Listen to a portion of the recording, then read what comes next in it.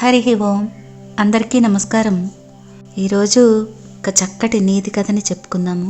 రామానందుల వారు అనే స్వాముల వారు భగవద్గీత మీద అద్భుతమైన ఉపన్యాసాలు, చక్కటి ఉదాహరణలతో ఎంతో ఆసక్తికరంగా చెప్పేవారు. ఆయన ఉపన్యాసాలు విన్నవారు ఆయనకు బంగారం దగ్గర నుంచి అనేక రకాలైన కానుకలు ఇచ్చేవారు. ఆ ధనంతో ధర్మశాలలు కట్టించి పేద సాధులకు సహాయపడాలని ఆయన ఉద్దేశం. అందుకోసం ఆయన ఊళ్ల వెంట సంచారం చేసి డబ్బు పోగు చేస్తూ వచ్చాడు. రామానందుల వారి వెంట ఆయన శిష్యుడు ఆదిత్యుడు అనేవాడు కూడా ఉండేవాడు. ఒకరోజు గురు శిష్యులు ఒక గ్రామానికి వెళ్తూ ఉండగా ఆదిత్యుడు గురువు గారిని ఒక సందేహం అడిగాడు. స్వామి, భారత యుద్ధంలో పోరాడినది, విజయం సాధించినది అర్జునుడు కదా. కృష్ణుడు చెప్పినది చేసినది మాట సహాయమే కదా.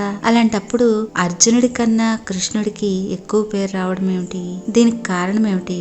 పైపెచ్చు సాక్షాత్తు భగవంతుడే అయిన కృష్ణుడు అనేకమైన సార్లు కుయుక్తులు పన్నడము, అర్జునుడి చేత భీముడి చేత అధర్మ యుద్ధాలు చేయించడము, ఆ విధంగా విజయం సమకూర్చి పెట్టడము చూస్తే నాకు భగవద్గీత మీద, పురాణాల మీద గౌరవం కలగకుండా ఉంది అన్నాడు. శిష్యుడి అనుమానం విని రామానందుల వారు నవ్వి, నాయనా, అవకాశం వచ్చినప్పుడు నీ సందేహానికి సమాధానం అదే వస్తుందిలే అన్నారు. తర్వాత కొద్దిసేపటికే వారు అడవిలో ప్రవేశించారు. ఆ అడవి దారి గుండానే వేరే గ్రామం చేరాల్సి ఉంది. గురువుగారు ఆదిత్యుడిని ఒక చెట్టు ఎక్కించి మంచి లావుగల కర్ర ఒకటి కోయించాడు. ఆదిత్యుడు ఒక కొమ్మ విరుచుకు వచ్చి దాని రెమ్మలు తీసేసి మంచి లాఠీగా తయారు చేసి చేత పట్టుకున్నాడు. కొద్ది దూరం వాళ్ళు అడవిలోకి నడిచేసరికి ఒక దొంగ పెద్ద చెట్టు చాటు నుంచి వారి ముందుకు వచ్చి చేతిలో తుపాకీ పట్టుకుని వారికి గురిపెట్టి, మర్యాదగా మీ దగ్గర ఉన్న డబ్బంతా వెంటనే ఇచ్చేయండి, లేకపోతే చస్తారు అన్నాడు.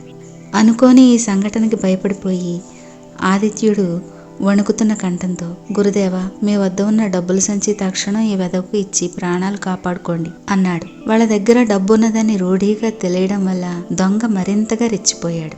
రామానందుల వారు దొంగతో, బాబు, నా దగ్గర ఉన్న డబ్బు నిరుపేదల సహాయం కోసం ఖర్చు చేయడానికి కూడబెట్టినది. దీన్ని నువ్వు కోరడం న్యాయం కాదు అన్నారు. వెంటనే దొంగ స్వాముల వారి మీద కలిబడి బంగారు నాణాలు గల సంచి లాగేసుకుని, నేను పేదవాడినే, మీ డబ్బు నాకు చేరడం న్యాయమే అంటూ వెళ్లబోయాడు. స్వాముల వారు ఎంతో బాధగా, బాబు, నా జీవితమంతా కృషి చేసి కూడబెట్టిన ధనమంతా పోగొట్టుకుని పేదలకు ఏమీ చెయ్యలేక నేను జీవించడం వ్యర్థం, ఆ తుపాకీతో నన్ను చంపు అన్నారు. దొంగ ఆ మాటలకు పకపకా నవ్వి, స్వామి, ఇది పేలదు, కొయ్య తుపాకీ అన్నాడు తన తెలివితేటలు బయటపెడుతూ. స్వాముల వారు వెంటనే తన శిష్యుడితో, నా అనుమానం నిజమేనన్నమాట, కొయ్య తుపాకీతో వాడేం చేస్తాడు?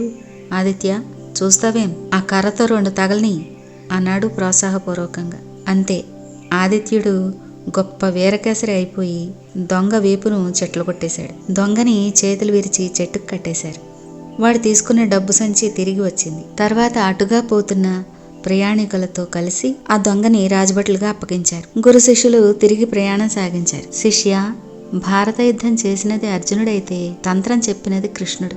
దొంగను కొట్టి లొంగదీసినది నువ్వు. కానీ అడవిలో ప్రవేశించే వాడి చేతిలో కర్ర ఉండాలని చెప్పినది, దాన్ని ఎప్పుడు వాడాలో చెప్పినది నేను. దొంగ చేతిలో ఉండిన తుపాకీ వాడి చేతిలో మరీ పుల్లలాగా ఆడడం చూసి అది కొయ్య తుపాకీ ఏమో అని అనుమానించాను. ఆ మాట వాడి చేతనే పలికించి రుజువు చేసుకున్నాను. వాడి మీద తంత్రం ప్రయోగించే ముందు నా డబ్బు ఆశించవద్దని నీతిబోధ చేశాను. వాడు వినలేదు. దండ ప్రయోగం తప్పనిసరి అయ్యింది.